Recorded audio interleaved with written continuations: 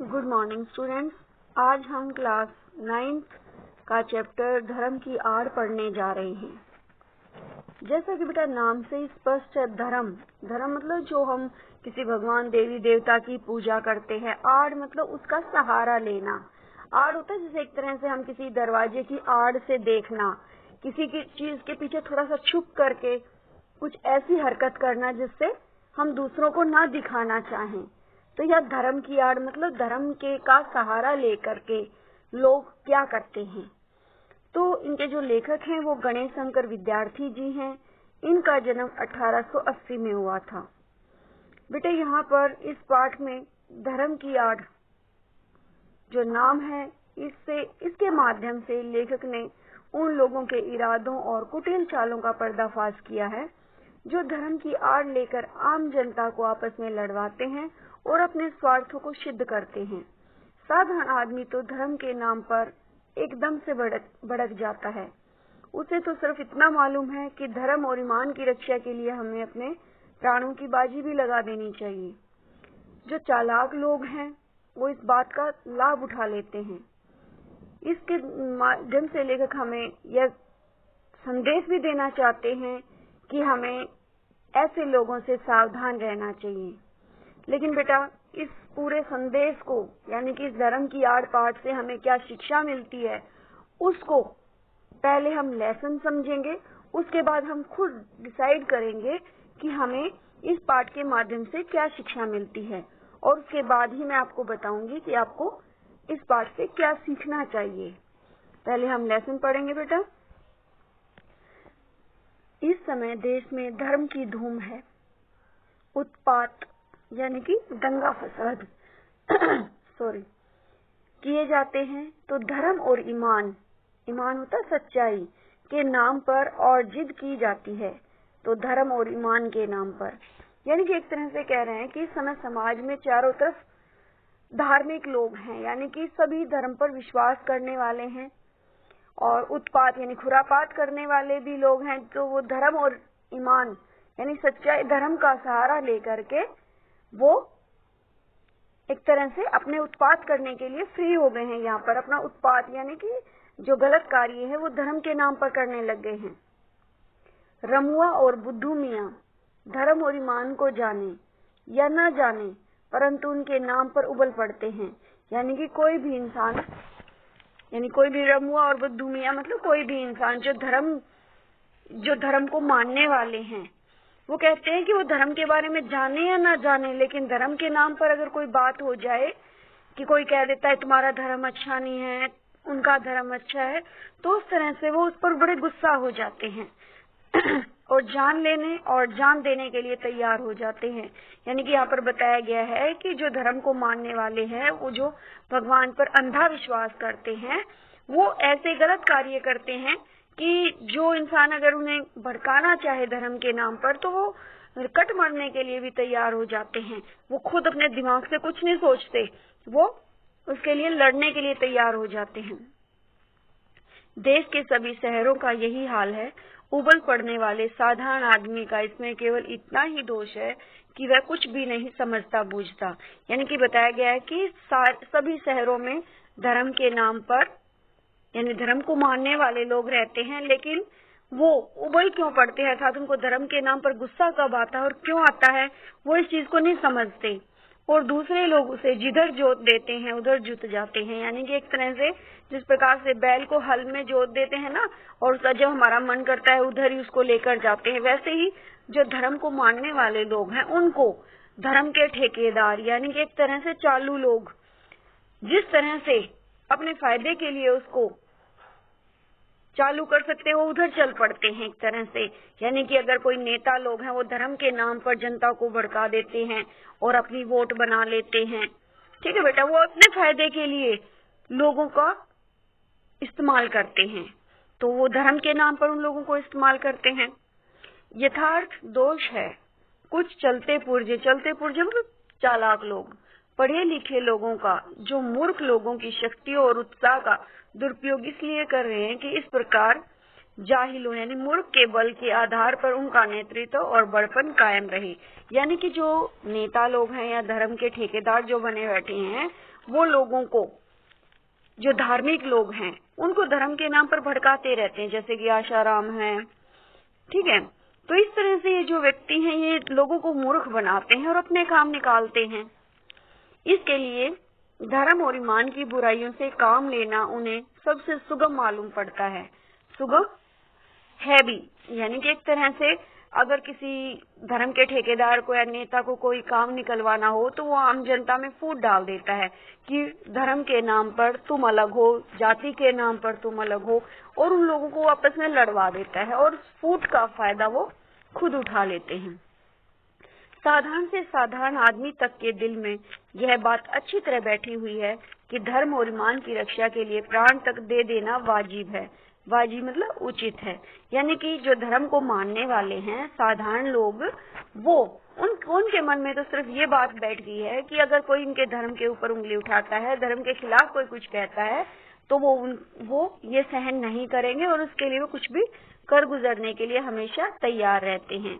बेचारा साधारण आदमी धर्म के तत्वों को क्या जाने, यानी उसको तो ये नहीं पता धर्म के तत्व क्या है, यानी धर्म है क्या। उन्हें तो सिर्फ ये कहा गया है कि तुम्हें अपने धर्म के खिलाफ कुछ नहीं सुनना है, और जो भी अगर कोई कुछ कहता है तो उसको मार दो, काट दो, अपने धर्म के खिलाफ कुछ मत सुनो। जबकि कोई भी धर्म मार काट के लिए नहीं कहता, वो सबसे प्रेम करने के लिए कहता है। लेकिन उनको ये पता ही नहीं होता कि धर्म है क्या। धर्म के जो ठेकेदार हैं उन्हें जो समझाते हैं, उनके दिमाग में तो वही बात बनी रहती है। लकीर पीटते रहना ही वह अपना धर्म समझता है। उसकी इस अवस्था से चालाक लोग इस समय बहुत मतलब गलत फायदा उठा रहे हैं, यानी कि जो धर्म के ठेकेदार हैं वो साधारण लोगों को धर्म के नाम पर लड़वा करके उस चीज का खुद फायदा उठाते हैं। पाश्चात्य देशों में, यानी कि जैसे अमेरिका, इंग्लैंड, जो पश्चिम के जो देश हैं, धनी लोगों की, गरीब मजदूरों की झोपड़ी का मजाक उड़ाती हुई अट्टालिकाएं, यानी कि ऊंचे ऊंचे मकान आकाश से बातें करती हैं। यानी कि जो जो है इंग्लैंड हुआ, अमेरिका हुआ, यानी पश्चिमी जो देश हैं, उसमें जो धनी लोग हैं वो गरीबों की झोपड़ियों का मजाक उड़ाते नजर आते हैं। गरीबों की कमाई ही से वे मोटे पड़ते हैं और उसी के बल से वे सदा इस बात का प्रयत्न करते हैं कि गरीब सदा चूसे जाते हैं और यह भयंकर अवस्था है। तो एक तरह से बेटा क्या बताया गया कि गरीबों की कमाई से, यानी क्या होता है बेटा, जो अमीर लोग होते हैं, यहाँ पर ऐसे ही बताया गया जिस प्रकार से धर्म के ठेकेदार साधारण लोगों को भड़काकर अपना फायदा उठाते हैं, उसी प्रकार से पाश्चात्य देशों में क्या होता है कि जो अमीर लोग हैं वो गरीब जो झोपड़ियों में रहते हैं उनसे अपना काम निकलवाते हैं, उनको थोड़ा सा पैसा दिखा देते हैं और उनसे बहुत ज्यादा मेहनत करवाते हैं और अपना बहुत बड़ा फायदा करते हैं, और इस तरह से वो उन गरीब लोगों का शोषण करते हैं, उनका खून चूसते हैं। ठीक है बेटा, तो इसलिए अमीर जो है वो अमीर होते चले जाते हैं और गरीब है वो बिल्कुल कमजोर और गरीब होते जाते हैं। तो वही स्थिति हमारे देश में धर्म के नाम पर है कि भाई जो बड़े बड़े जैसे आशाराम था, ऐसे वो धर्म के नाम पर खुद तो बना बैठा रहा और आम जनता को पागल बनाए रखा उसने। इसी के कारण साम्यवाद क्या होता है बेटा? कार्ल मार्क्स द्वारा प्रतिपादित राजनीतिक सिद्धांत जिसका उद्देश्य विश्व में वर्गहीन समाज की स्थापना करना है। वर्गहीन मतलब कोई वर्ग ना हो, जिसमें बोल्शेविज्म यानी सोवियत क्रांति के बाद लेनिन के नेतृत्व में स्थापित व्यवस्था, एक व्यवस्था थी, आदि का जन्म हुआ। यानी ऐसे ही धर्म के ठेकेदारों के कारण और ये अमीर लोगों द्वारा गरीबों को शोषण के कारण इनका जन्म हुआ। हमारे देश में इस समय धनपतियों का इतना शोर नहीं है। यहाँ धर्म के नाम पर कुछ गिने चुने आदमी अपनी हीन स्वार्थों की सिद्धि के लिए करोड़ों आदमियों की शक्ति का दुरुपयोग किया करते हैं। यानी कि यहाँ पर बताया गया कि पाश्चात्य यानी पश्चिमी देशों में तो धन के नाम पर जो धनी लोग हैं वो गरीबों का शोषण करते हैं, लेकिन हमारे देश में धन का नहीं है, हमारे देश में धर्म के नाम पर लोगों का शोषण होता है। उनका अपने फायदे के लिए प्रयोग किया जाता है और अपना स्वार्थ सिद्ध किया जाता है। गरीबों का धनाढ्यों यानी धनवान द्वारा चूसा जाना इतना बुरा नहीं है जितना बुरा यह है कि वहाँ है धन की मार, यहाँ है बुद्धि पर मार। यानी यहाँ पर बताते हैं कि जो दूसरे देशों में अमीरों द्वारा गरीबों का जो शोषण होता है उससे बुरा तो यहाँ धर्म के ठेकेदारों द्वारा आम जनता की बुद्धि को भ्रष्ट करके उनका जो फायदा उठाया जाता है वो ज्यादा दुखदाई है, ज्यादा खतरनाक है, यानी बुरा है। यहाँ कहा गया जितना बुरा यह है कि वहाँ है धन की मार, यानी कि वहाँ पर धन की मार है, यानी कि गरीब और गरीब होता है और अमीर और ज्यादा अमीर होता जाता है। लेकिन यहाँ पर तो जो चालाक लोग हैं, जो धर्म के ठेकेदार हैं, वो अपनी बुद्धि के बल पर लोगों के दिमाग को इतना बदल देते हैं कि उनको कुछ भी करने के लिए तैयार कर देते हैं। बेटा क्या होता है, देखो आप टीवी में, न्यूज़पेपर में, समाचारों में सुनते हो ना कि पाकिस्तान में छोटे छोटे बच्चे भी आत्मघाती बम जो एक तरह से अपने शरीर पर बांध करके वो लोग दूसरे लोग को मारने के लिए खड़े हो जाते हैं, उसमें खुद भी अपने प्राण गंवा देते हैं। तो इस तरह से वो आत्मघाती हमले जो करते हैं वो क्यों करते हैं? उनके दिमाग को इतना कंट्रोल में कर लिया जाता है, उनके दिमाग को बिल्कुल बदल दिया जाता है, उनको धर्म के नाम पर बिठा दिया जाता है कि भाई तुम इस धर्म के हो और वो तुम्हारे खिलाफ है, तो तुम्हें उसको खत्म करना है, तो तुम्हें अल्लाह की प्राप्ति होगी। तो इस तरह से जो इंसान, साधारण इंसान है, जो धर्म के नाम पर, जो धर्म को मानने वाला है, वो ये जो लोग इनके दिमाग का फायदा उठाते हैं, उनके माइंड को एकदम से बदल देते हैं और उनसे अपने काम निकलवाते हैं। तो यहाँ पर वो उनकी बुद्धि को भ्रष्ट कर देते हैं, उनको कुछ दिखाई नहीं देता, सिर्फ उनको अल्लाह दिखाई देता है, अपना लक्ष्य दिखाई देता है कि हमें तो अल्लाह से मिलना है। उसको ये नहीं पता कि तू किसी दूसरे इंसान को मार करके कौन सा सुख मिलेगा या तुम्हें कौन सा अल्लाह तुम्हें शाबाशी देगा। किसी भी धर्म में किसी दूसरे जीव को नुकसान पहुंचाने के बारे में नहीं कहा गया है, सबसे प्रेम करने के लिए कहा गया है। लेकिन धर्म के जो ठेकेदार हैं वो धर्म पर विश्वास करने वाले लोगों की बुद्धि भ्रष्ट कर देते हैं, जो बहुत बुरा है। वहाँ धन दिखाकर करोड़ों को वश में किया जाता है और फिर मनमाना धन पैदा करने के लिए जोत दिया जाता है। यानी कि यहाँ पर बताया गया कि पाश्चात्य देशों में, यानी पश्चिमी देशों में गरीब लोगों को धन दिखा दिया जाता है और फिर उनको धन तो थोड़ा सा दिया जाता है, लेकिन उनसे मन मर्जी के काम करवाए जाते हैं और बहुत ज्यादा उनका शोषण किया जाता है। यहाँ है बुद्धि पर पर्दा डालकर पहले ईश्वर और आत्मा का स्थान अपने लिए लेना और फिर धर्म, ईमान, ईश्वर और आत्मा के नाम पर अपने स्वार्थ सिद्धि, यानी कि अपने कार्य सिद्ध करना के लिए लोगों को लड़ाना भिड़ाना। यानी कि यहाँ पर धर्म के नाम पर होता है और पश्चिमी देशों में धन के नाम पर होता है। मूर्ख बेचारे धर्म की दुहाइयां देते और दीन दीन चिल्लाते हैं, अपने प्राणों की बाजियां खेलते और थोड़े से अनियंत्रित, मतलब जो नियंत्रण में ना हो, मनमाना और धूर्त यानी पाखंडी आदमियों का आसन ऊंचा करते हैं और उनका बल बढ़ाते हैं। यानी कि जो मान लो कोई नेता है, धर्म के नाम पर लड़वाता है, तो जिस धर्म के लोग ज्यादा होंगे वो उसको वोट देंगे, जिस धर्म का वो फेवर करेंगे उधर के लोग उसको वोट ज्यादा देंगे और उसको नेता बना देंगे। तो इस तरह से वो धर्म के नाम पर लोगों को भड़काते हैं और अपना फायदा निकालते हैं। तो जो धर्म के ठेकेदार जो हैं वो इस चीज से आम जनता का फायदा उठाते हैं। धर्म और ईमान के नाम पर किए जाने वाले इस भीषण व्यापार को रोकने के लिए साहस और दृढ़ता के साथ उद्योग होना चाहिए, यानी तैयार होना चाहिए। जब तक ऐसा नहीं होगा तब तक भारतवर्ष में नित्य प्रति बढ़ते जाने वाले झगड़े कम न होंगे। यानी धर्म के नाम पर जो लड़ाई झगड़े हैं वो लगातार बढ़ते रहेंगे अगर इस धर्म और ईमान के नाम पर किए जाने वाले इस व्यापार को नहीं रोका गया तो। धर्म की उपासना के मार्ग में कोई भी रुकावट न हो, जिसका मन जिस प्रकार चाहे उसी प्रकार धर्म की भावना को अपने मन में जगावे। यानी कि ये नहीं कहना है कि भाई धर्म तो ये कहता है कि दूसरे आदमी को मार दो अपने धर्म के लिए, उनको ऐसा मत सिखाओ। उन्हें उनका जो मन करता है उनको वो करने दो, जो जिस धर्म को मानने का उनका मन करता है उस धर्म को मानने दो, जिस प्रकार वो पूजा करना चाहते हैं उनको पूजा करने दो। यानी कि उनको बंदिशों में मत बांधो धर्म के नाम पर। धर्म और ईमान मन का सौदा हो, यानी कि सब अपने मन की मर्जी से करें। ईश्वर और आत्मा के बीच का संबंध हो, आत्मा को शुद्ध करने और ऊंचे उठाने का साधन हो। वह किसी दशा में भी किसी दूसरे व्यक्ति की स्वाधीनता यानी स्वतंत्रता को छीनने या कुचलने का साधन ना बने। यानी कि जो धर्म और ईमान है यानी जो सच्चाई है वो एक व्यक्ति के मन को मानने की यानी कि आत्मा से किसी चीज को मानना है, ना कि किसी के द्वारा को जबरदस्ती देना या लेना है। आपका मन चाहे उस तरह का धर्म आप माने और दूसरों का मन चाहे उस प्रकार का धर्म वह माने। दो भिन्न धर्मों के मानने वालों के टकरा जाने के लिए भी कोई भी स्थान न हो। यानी कोई धर्म के नाम पर लड़ाई झगड़ा ना करे कि तुम्हारा धर्म बुरा है, मेरा धर्म अच्छा है, ऐसा कुछ नहीं होना चाहिए। यदि किसी धर्म के मानने वाले कहीं जबरदस्ती टांग अड़ाते हों तो उनका इस प्रकार का कार्य देश की स्वाधीनता के विरुद्ध समझा जाए, यानी उन लोगों के खिलाफ कार्रवाई की जाए।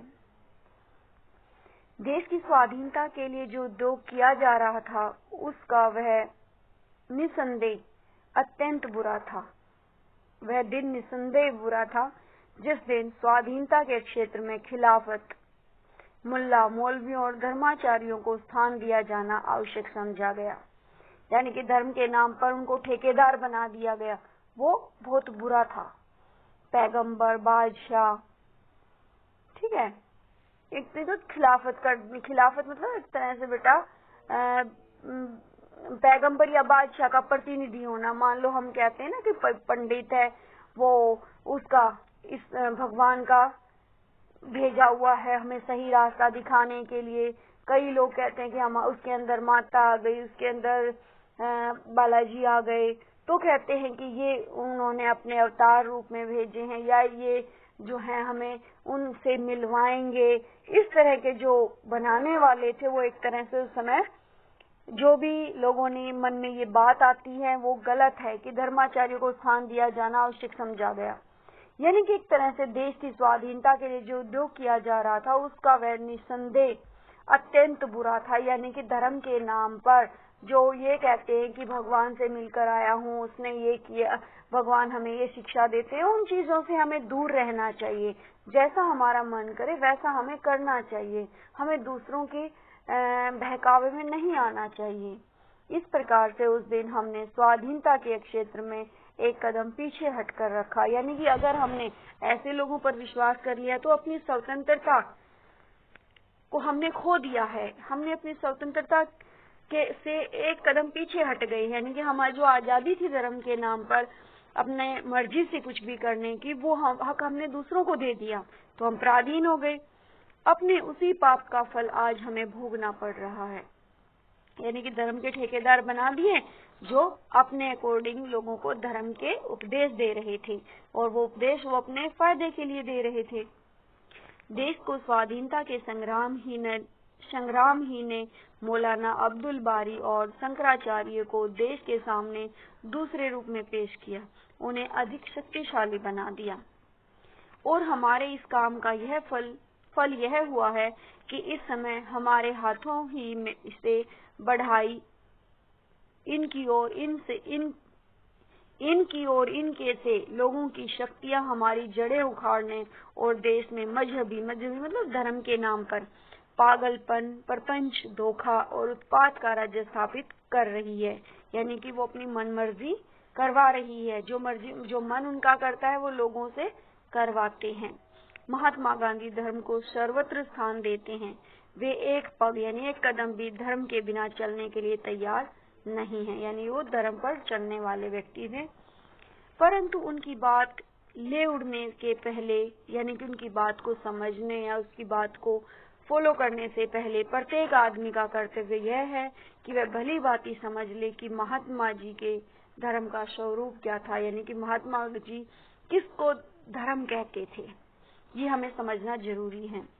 धर्म के महात्मा जी का मतलब, धर्म से महात्मा जी का मतलब धर्म ऊंचे उदार तत्वों ही का हुआ करता है। उसके मानने में किसे ऐतराज हो सकता है? यानी कि उदारता दिखाना, दूसरों के साथ अच्छा व्यवहार करना, उदार होना, इस चीज को मानते थे। किसी को धोखा देना, मारकाट करना, उसको धर्म नहीं मानते थे। वो दूसरों की सेवा करना, सच बोलना, अच्छे कार्यों को वो धर्म मानते थे। अजा देने यानी कि कहीं भी अजा देने यानी कि नमाज पढ़ने, शंख बजाने, नाक दाबने और नमाज पढ़ने का नाम धर्म नहीं है। शुद्ध आचरण और सदाचार ही धर्म के स्पष्ट चिन्ह है। यानी शुद्ध आचरण और सदाचार यानी कि लोगों के साथ अच्छा व्यवहार और अच्छी सोच ही धर्म है। यानी कि एक तरह से पूजा पाठ करना, शंख बजाना, नमाज पढ़ना, ये सब दिखावा है, जबकि हमें ये चीज ना करके अपने अंदर अपना जो आचरण है वो शुद्ध करना चाहिए, अच्छा करना चाहिए, वो धर्म है। 2 घंटे तक बैठकर पूजा कीजिए और 5 वक्ता नमाज भी अदा कीजिए, परंतु ईश्वर को इस प्रकार रिश्वत दे चुकने के पश्चात यदि आप अपने को दिन भर बेईमानी करने और दूसरों को तकलीफ पहुंचाने के लिए आजाद समझते हैं तो इस धर्म को अब आगे आने वाला समय कदापि नहीं टिकने देगा। यहाँ पर लेखक कहता है कि मान लो हमने भगवान की पूजा पाठ कर ली, हमने 5 वक्त की नमाज भी पढ़ ली और खूब भगवान को चढ़ावा चढ़ा दिया, और उसके बाद क्या करते हैं कि हम मान लो हमने भगवान को रिश्वत दे दी और अब हम 2 घंटे भगवान की पूजा करने के बाद अब आम जनता के साथ, लोगों के साथ बुरा व्यवहार करने के लिए आजाद हैं। ऐसा कुछ नहीं है, अब ये आगे ऐसा नहीं होने वाला है। यानी कि हम ये नहीं है कि हमने भगवान की पूजा करके उसको रिश्वत दे दी और फिर अब हम दिन में 2 घंटे तो हमने भगवान का नाम ले लिया और बाद के 22 घंटे हम दूसरों के साथ बुरा व्यवहार करें। ये कोई धर्म नहीं है और आगे ऐसा कुछ नहीं होने वाला कि ऐसे लोग जो 2 घंटे पूजा करके दूसरों के साथ 22 घंटे वो दूसरों के साथ बुरा व्यवहार करेंगे और आगे ऐसे ही चलते रहेंगे। ऐसा आगे नहीं होने वाला। अब तो आपका पूजा पाठ न देखा जाएगा, आपकी भलमानसता यानी सज्जनता की कसौटी केवल आपका आचरण होगी, यानी कि आपका अच्छा व्यवहार ही धर्म होगा। सबके कल्याण की दृष्टि से आपको अपने आचरण को सुधारना पड़ेगा, और यदि आप अपने आचरण को नहीं सुधारेंगे तो नमाज और रोजे, पूजा और गायत्री आपको देश के अन्य लोगों की आजादी को रोनने और देश भर में उत्पातों का कीचड़ उछालने के लिए आजाद न छोड़ सकेगी। यानी कि ऐसा नहीं है कि भाई तुम धर्म के एक तरह से 2 घंटे की पूजा कर ली और फिर तुम दूसरे लोगों के साथ बुरा व्यवहार करोगे, ऐसा नहीं होने देंगे। ठीक है बेटा। ऐसे धार्मिक और दीनदार आदमियों से तो ये लामजहब और नास्तिक आदमी कहीं अधिक अच्छे और ऊंचे हैं, जिनका आचरण अच्छा है, जो दूसरों के सुख दुख का ख्याल रखते हैं और जो मूर्खों को किसी स्वार्थ सिद्धि के लिए उकसाना बहुत बुरा समझते हैं।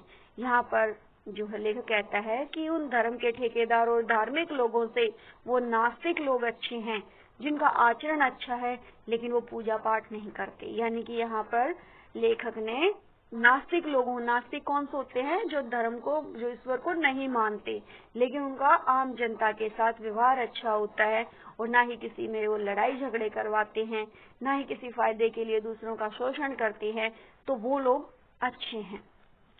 ईश्वरी नास्तिकों और लामजहब यानी कि जिसका कोई धर्म मजहब ना हो, नास्तिक लोगों को अधिक प्यार करेगा। यानी कि यहाँ पर कहता है लेखक कि उन धार्मिक धर्म के मानने वाले और ठेकेदारों से को छोड़ करके जो नास्तिक लोग हैं लेकिन दूसरों के साथ अच्छा व्यवहार करते हैं, तो ईश्वर उन लोगों को प्यार करेगा, उन नास्तिक लोगों को जो दूसरों के साथ अच्छा आचरण करते हैं, ना कि उन धर्म के ठेकेदारों को जो पूजा पाठ तो करते हैं लेकिन दूसरों के साथ बुरा व्यवहार भी करते हैं।